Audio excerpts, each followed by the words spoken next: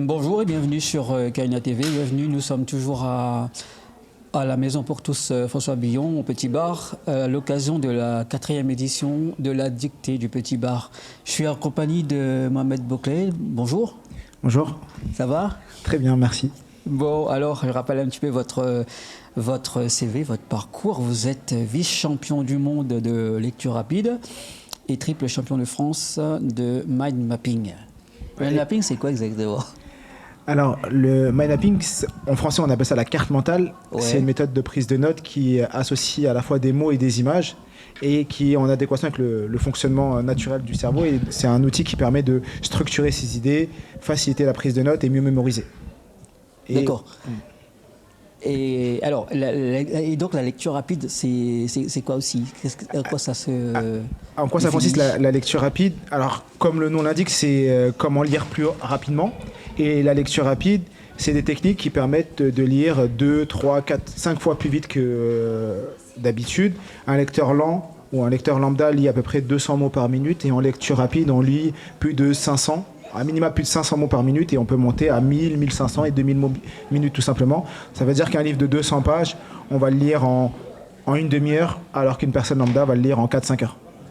Et vous arrivez à lire un livre de 200 pages en une demi-heure, c'est ce que vous êtes en train de me dire là. Au championnat du monde, j'ai lu un livre de 170 pages en 17 minutes avec 18 sur 20 en questions-réponses parce que on n'évalue pas uniquement la vitesse de lecture, on évalue également la compréhension parce que lire vite, ça pourrait juste tourner des pages et tout le monde peut le faire. Mais c'est pas juste lire vite, c'est lire et comprendre. Et donc, on est évalué sur la vitesse et sur la compréhension également. C'est une passion aussi? Alors, c'est devenu une passion parce que aujourd'hui, je passe mes journées à ça, c'est-à-dire que c'est aussi également devenu mon travail, mon activité. Mais avant, moi, j'ai détesté la lecture et je lisais pas. Et j'ai réappris la lecture, on va dire, à 30 ans. Parce que j'ai un passif où je suis dyslexique. Bon, pour moi, la lecture, c'était quelque chose de très compliqué, très laborieux. Et le jour où j'ai découvert ces outils, je me suis rendu compte qu'en vrai, c'était moi aussi je pouvais réussir et que c'était à ma portée. Et donc en découvrant ces outils, je me suis mis à réapprendre la lecture, à lire régulièrement. Et c'est comme ça que de fil en aiguille, j'en suis arrivé à faire un peu de compétition et en arriver là. Et donc, alors à la base, c'est votre femme qui vous a inscrit dans une formation, c'est ça? Exactement, c'est que en arrivant, parce que moi j'ai grandi en région parisienne et je suis arrivé à Montpellier il y a 5 ans. Et en arrivant à Montpellier, quand tu arrives dans une nouvelle ville, tu connais personne. Après plusieurs semaines sur Montpellier, même plusieurs mois, on avait cette volonté de rencontrer du monde et ma femme est tombée sur un atelier de lecture rapide et elle m'a dit ce serait bien que tu y ailles pour toi et tu vas apprendre des choses. Et moi au début je voulais pas y aller parce que naturellement ça a été non, j'irai pas lire, je vais pas aller dans un atelier, me bloquer une après-midi et prendre un livre et tourner des pages alors que je déteste lire. Elle m'a un peu forcé. Elle a bien fait, parce que sinon j'en serais pas là.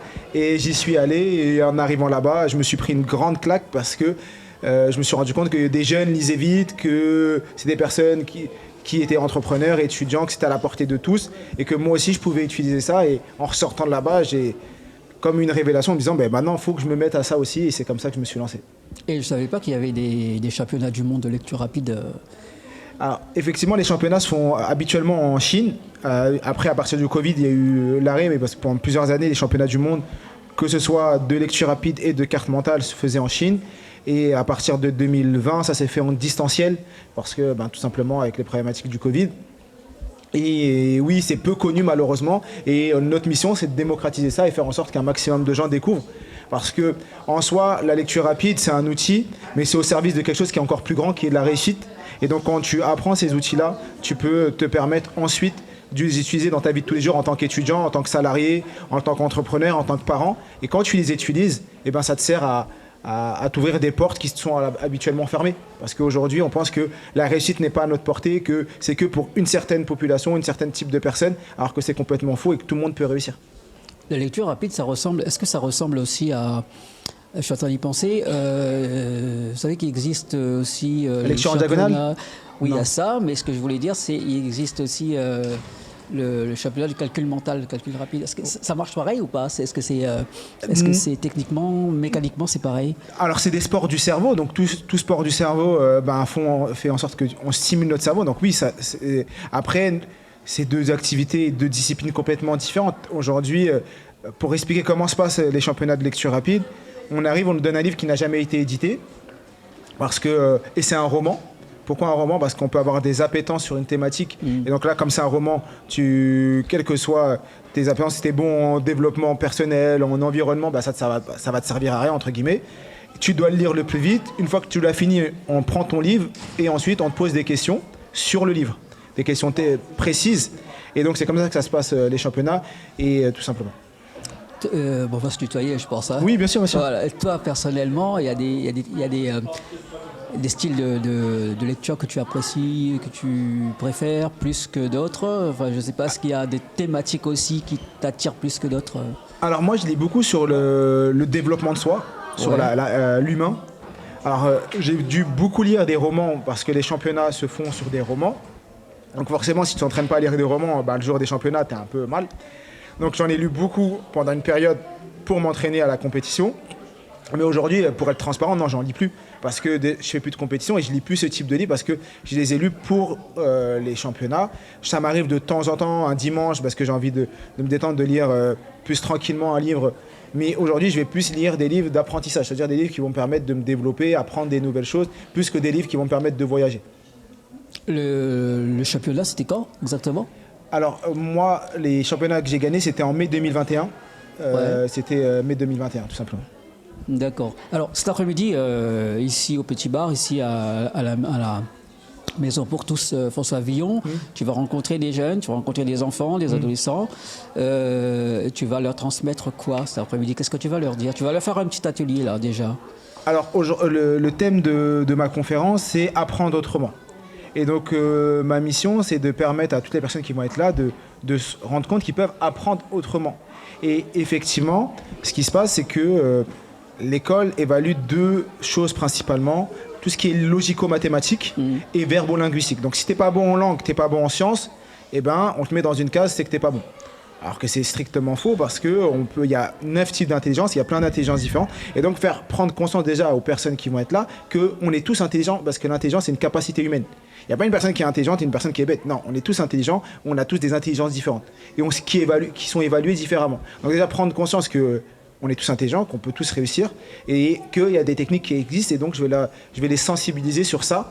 Après, dans un atelier d'une heure, on ne va pas rentrer dans la technique, mais au moins ils vont découvrir que ça existe, et quand tu sais que ça existe, après tu vas sur YouTube, tu regardes des tutos, tu lis, et tu y vas tout simplement, et tu mets en action.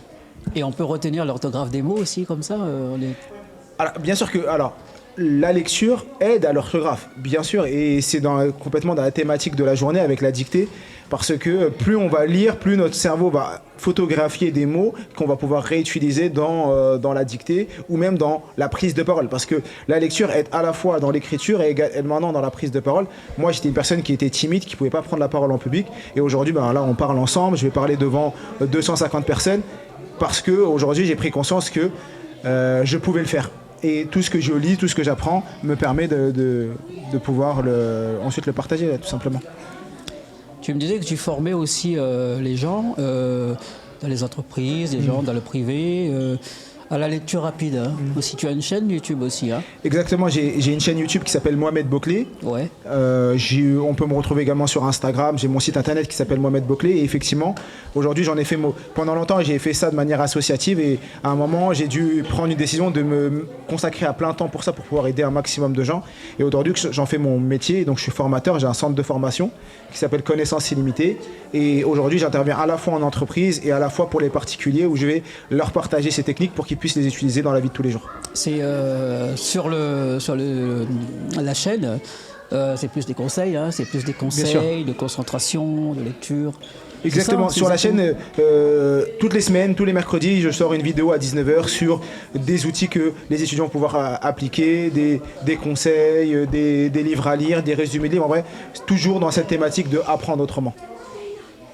Alors, je ne vais pas te demander de faire un exercice tout de suite là, de lecture rapide, mais qu'est-ce que tu peux nous donner comme conseil, par exemple, à ces jeunes notamment là qui, on peut imaginer, hein, peut-être parmi eux, parmi ceux qui sont là aujourd'hui, ceux qui ont participé à la dictée, on peut imaginer des champions Bien sûr.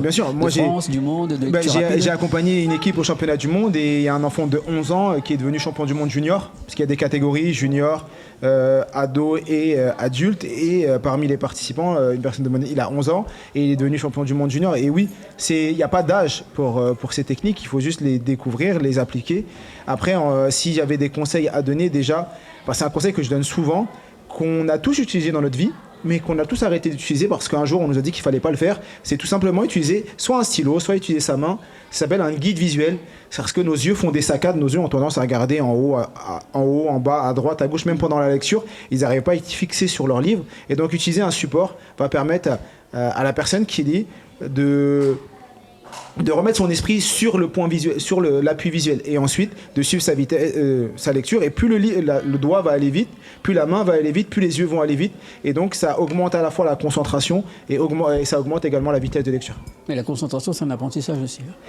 Tout est un apprentissage pour moi et tout s'acquiert. Et effectivement, la concentration, plus tu vas t'entraîner à être dans l'attention et la concentration, plus ça va se développer, effectivement. D'accord. Et alors, c'est quoi tes projet là? Alors, est-ce que tu vas continuer? Est-ce que tu envisages de participer à un autre championnat, à faire c'est quoi un petit peu ton projets ton 2023 avenir, en gros, le gros projet 2023, c'est la sortie de mon livre. Ouais.